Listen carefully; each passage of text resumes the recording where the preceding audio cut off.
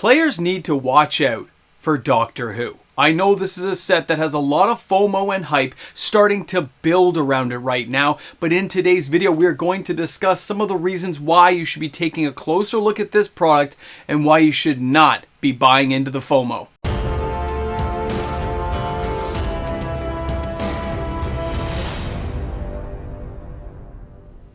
Doctor Who is not going to save Wizards of the Coast. Doctor Who is not going to change the fortunes of Wizards of the Coast. Welcome back, everyone. MTG Moxman here. Thanks again for hanging out with me on the channel today. And what I mean by that is, yes, it's going to be a great set. It looks fantastic. The 4 commander decks, the amazing kind of packaging they gave us for the collector booster boxes, they look good. I have no problem with this product lineup.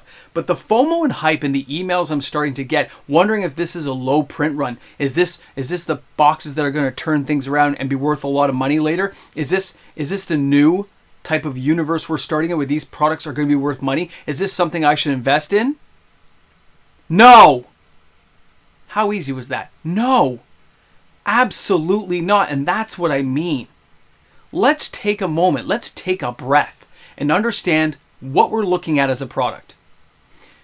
You have the Doctor Who IP licensed by Wizards of the Coast to produce the collector boxes, as well as the commander decks.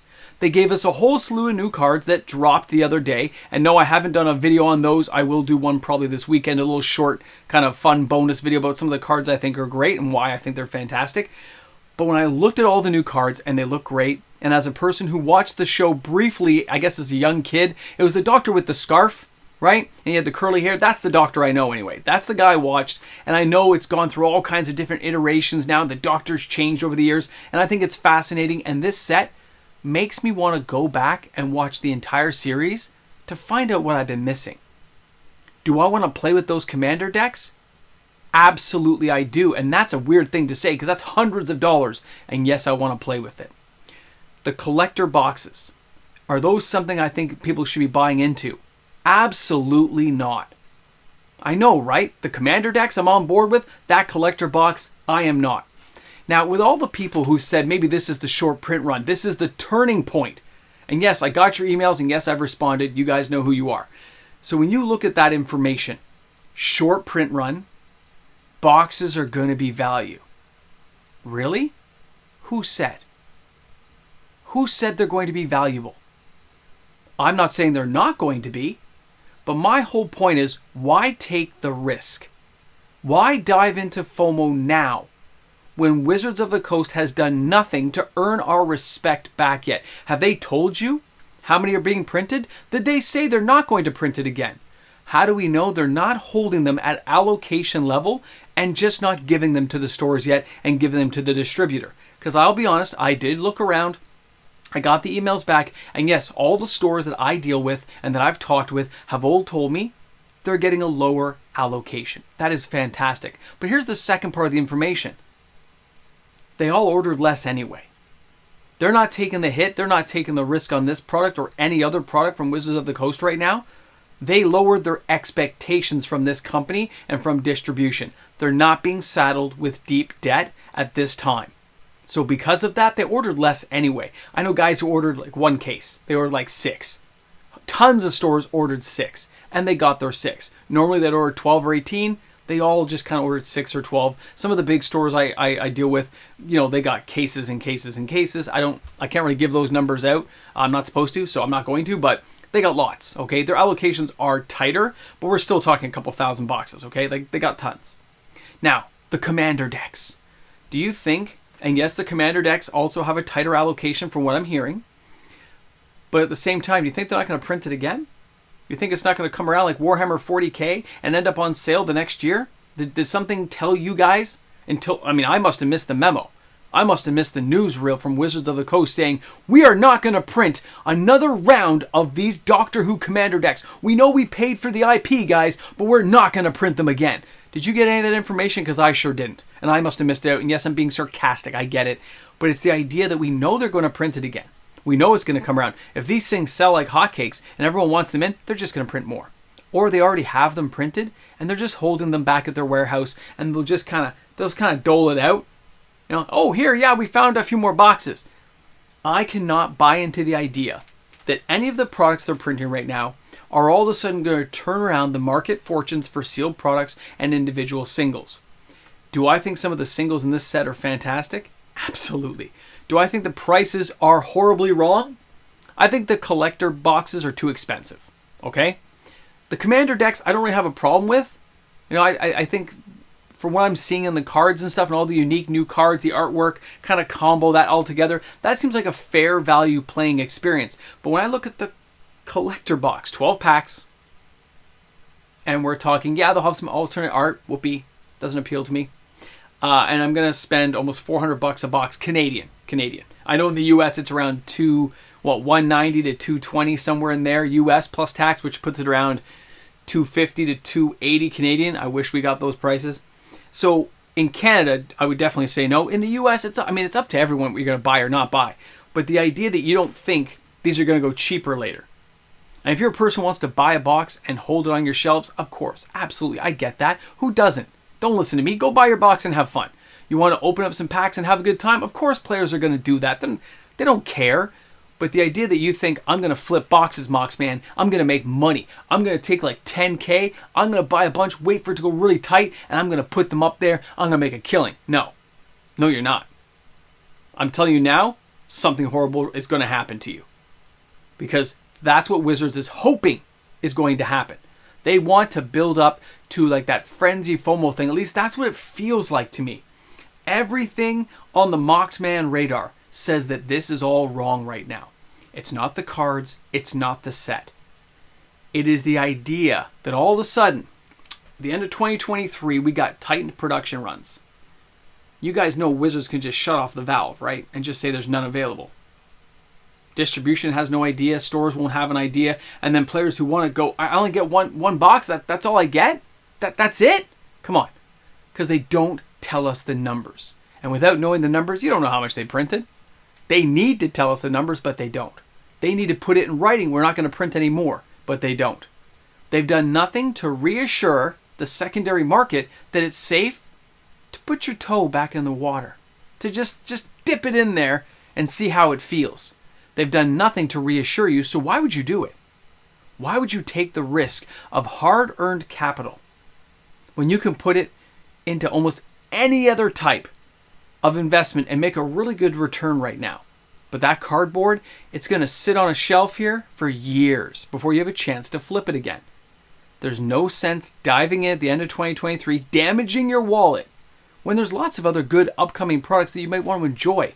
Now again, I'm talking about this from the flipper perspective, from the MTG finance side. A player wants to buy some, a box, pack, open with friends, try the commander decks out. I am totally on board because I don't think the prices are too far gone, especially the commander decks. They're expensive, but not out of the world. And then, of course, when I look at the collector boxes, I think they're too expensive in Canada, but that doesn't mean they're not going to be less expensive in places like the US. I mean, you guys can tell me from around the world, wherever you are, what price points you're paying, but I'm saying in Canada, it seems too pricey for me. And the idea that I know this stuff goes on sale every year and all the metrics we follow now tell us it's going to go on sale. There's no reason not to believe it's not going on sale.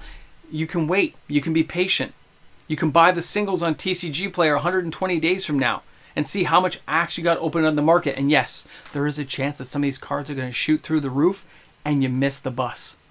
You miss that ride and you don't get to make that imaginary money because you only make the money if you cash it in. And when you cash it in, you're getting 50 cents on the dollar. So when you see a card at $80, you need to remember you're cashing out at 40. This is the trick. This is the play. This is the glitter and the glam that a lot of players always forget. You need avenues to jettison all the product that you're buying. You need to have a safe way of transporting it and not getting hosed.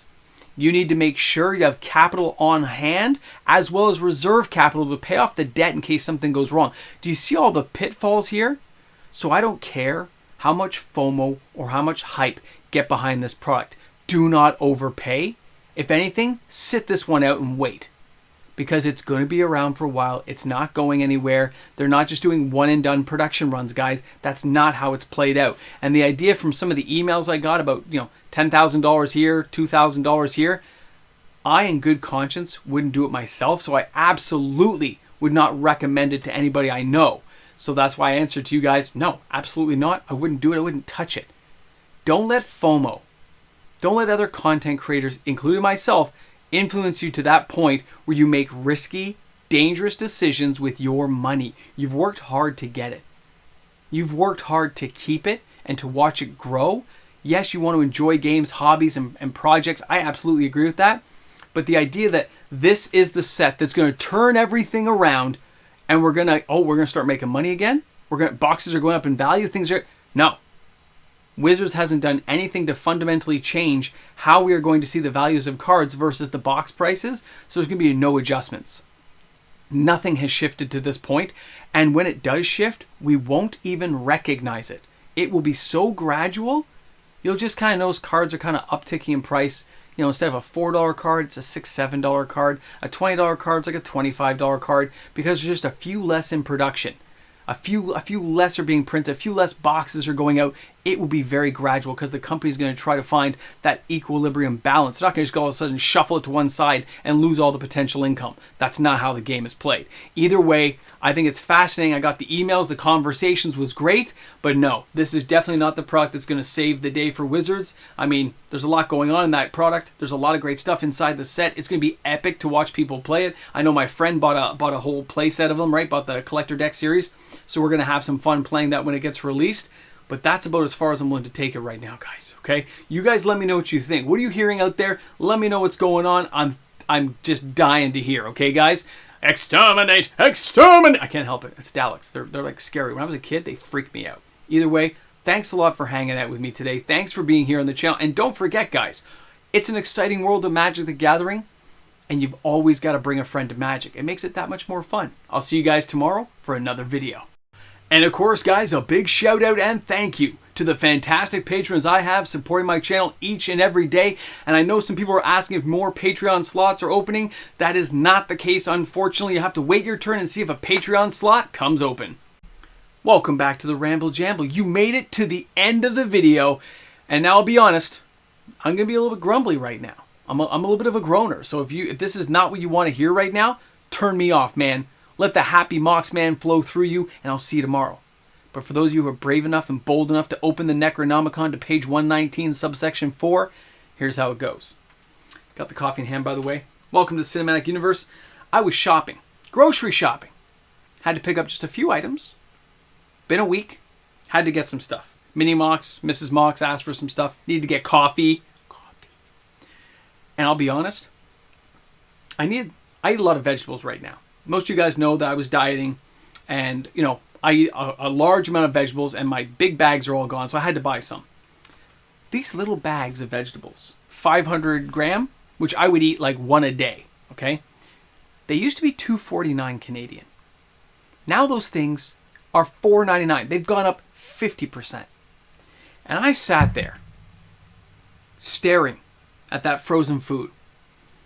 And then I just lost it.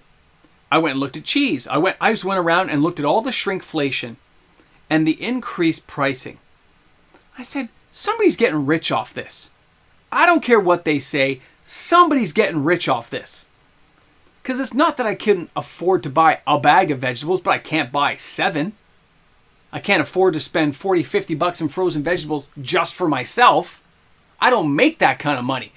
I was blown away when I saw bacon, Schneider's bacon, 375 grams. That's like 8 pieces of bacon for $8.49. $8.49. That's like $1 a strip of bacon. $1 for a little tiny thin, wafer thin, like just a shaving of bacon. And you look at butter for $7.99. And you're like, wow, look at that butter. $7.99 for a stick of butter. Cheese, which used to be 500 grams for $4.99, is now 400 grams for $5.99. It just makes your mind start to melt and realize that somebody's like playing a prank. I'm going to take Deadpool down here. We're going to have a conversation with ourselves because somebody's playing a joke on us, right? I don't know where this is going, but it was insane to me to think about all this. And then when I got all those emails when I got home, asking about this like short print run, I put the emails. I was kind of curious at that point because several of you guys emailed me. And especially don't spend that money. You got CW, you know you are. Don't spend that money. I looked at this stuff and I said, the stores just ordered less.